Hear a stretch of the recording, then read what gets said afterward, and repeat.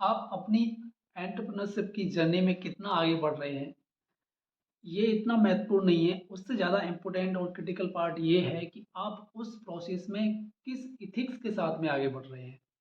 Because business तो बहुत सारे लोग करते हैं, एक ठेली वाला भी बिज़नेस कर रहा है और एक बड़ा कॉर्पोरेट वाला भी बिज़नेस कर रहा है, बट दोनों के प्रोसेस बहुत डिफरेंट रहते हैं।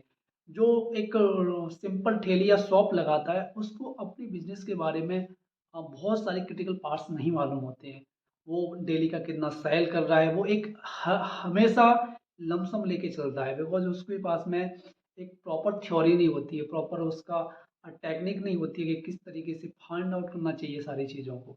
बट एक बड़ा कॉर्पोरेट है और जो मल्टीनेशनल एमएनसी है, कई सारे देशों में है, बहुत सारी ब्रांचेज हैं इसकी, बट उसको पास सारा डाटा एक प्रॉपर वे में होता है और सारी चीज़ें टेक्निकली डिफाइन होती हैं।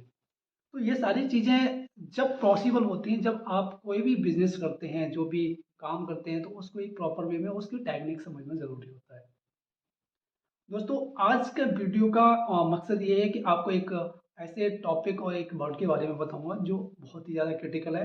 एज यू आर बिजनेसमैन, और अगर आप एंटरप्रेन्योरशिप की जर्नी में आगे बढ़ रहे हैं या फ्यूचर में करना चाहते हैं, आप एंटरप्रेन्योर नहीं है, बिजनेसमैन नहीं है, बट आप रिसेंटली पास आउट होके और किसी मैनेजर पोस्ट में जाना चाहते हैं, लाइक प्रोडक्ट मैनेजर या आप प्रोजेक्ट मैनेजर और सेल्स मैनेजर।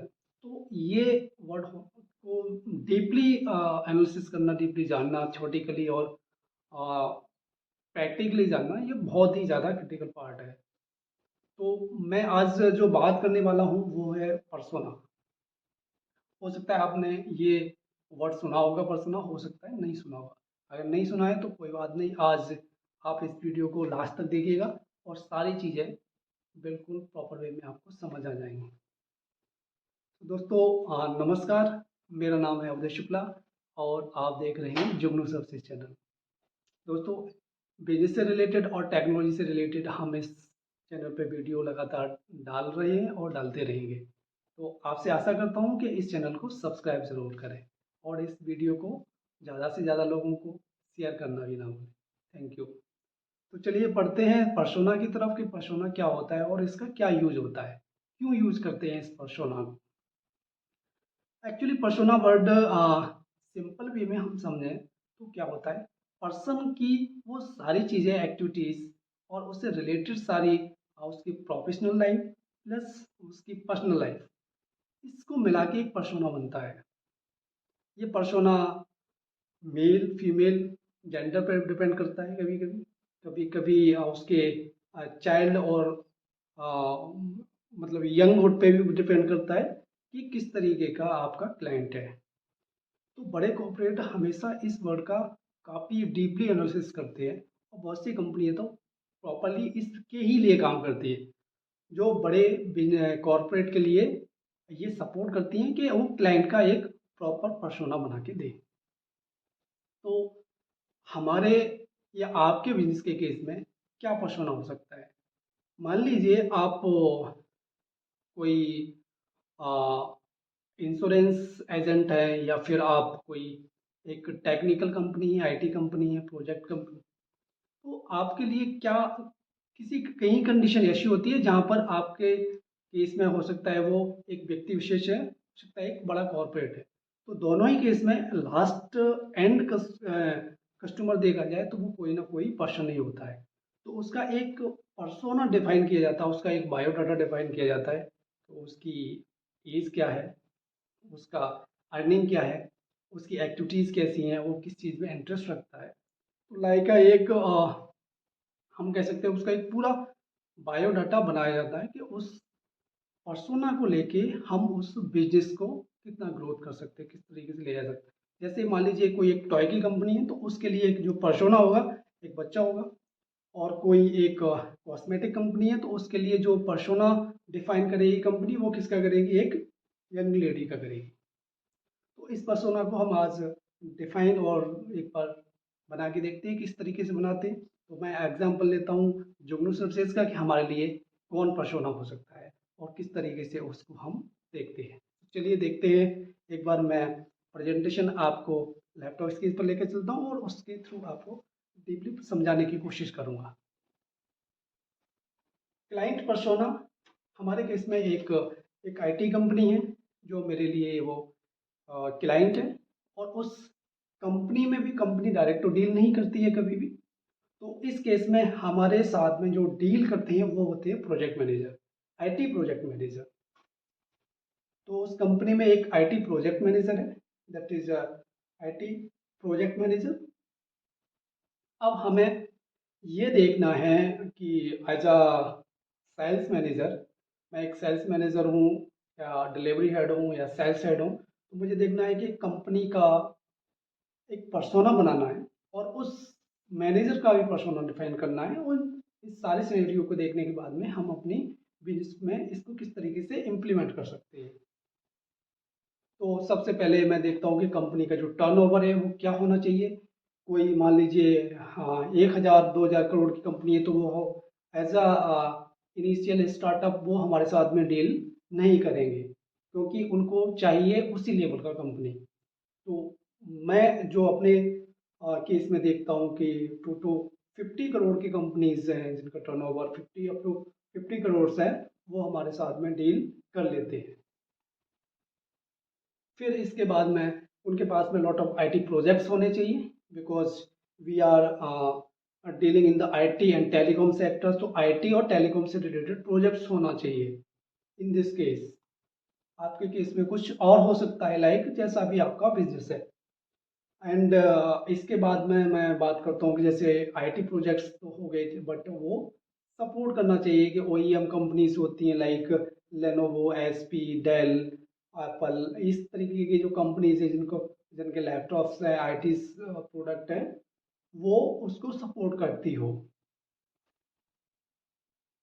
फिर उसका नंबर ऑफ एम्प्लॉय साइज क्या है, तो ये मैंने एक रैंडमली ऐसे एज्यूम कर लिया है कि 50 to 500 एम्प्लॉयज़ होंगे, तो इतना अप्रॉक्सीमेटली टर्नओवर भी होगा। तो उस तरीके की कंपनी हमारे साथ में डील कर लेती है।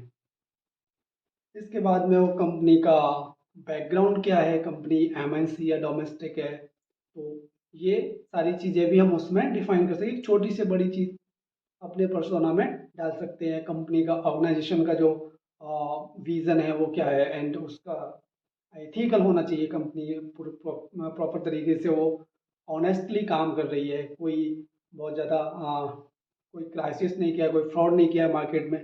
ये सारी चीज़ें हमें कंपनी के बारे में एनालिसिस कर लेना चाहिए, और उस तरीके से हम उसको डिज़ाइन करते हैं। ये क्या है ना, पर्सोना एक एज्यूम होता है कि हम एक मान लीजिए कि हमारा कुछ सपना होता है, वो फ्यूचर में हम कुछ बनाना चाहते हैं, तो सबसे पहले वो इमेज हमारे माइंड में बनती है, लाइक मुझे एक बहुत अच्छा घर बनाना है, या कोई गाड़ी लेनी है, या बिजनेस अपना बड़ा करना है। तो ये सारी जो है ना, आपके माइंड में एक इमेज बनती है, बोलते हैं लॉ ऑफ अट्रैक्शन। तो उस तरीके का ये पर्सोना भी कि आपको अपने कस्टमर का जो है वो बेस्ट से बेस्ट क्या बना सकते हैं, कि इस तरीके का ही मुझे कस्टमर चाहिए। उस कस्टमर से रिलेटेड ही हमें उससे रिलेटेड जो कस्टमर मिलेंगे उनके साथ में हमें डील करनी है, उनके साथ में हमें काम करना है। तो ऑर्गेनाइजेशन का एज कितना हो सकता है, कि कब वो इनकॉर्पोरेट हुआ और मार्केट में कब से काम कर रहा है। तो कोई अर्ली एज का क्लाइंट है आपका, अर्ली एज का कोई ऑर्गेनाइजेशन है, तो हो सकता है कि उसकी सारी ड्यू डिलीजेंस आप नहीं कर सको, बिकॉज उसके बारे में कुछ मार्केट में अभी है ही नहीं है। तो अप्रॉक्सीमेट 2-3 ईयर्स का वो ओल्ड होना चाहिए, जिससे उसकी मार्केट गुडविल भी बन जाती है।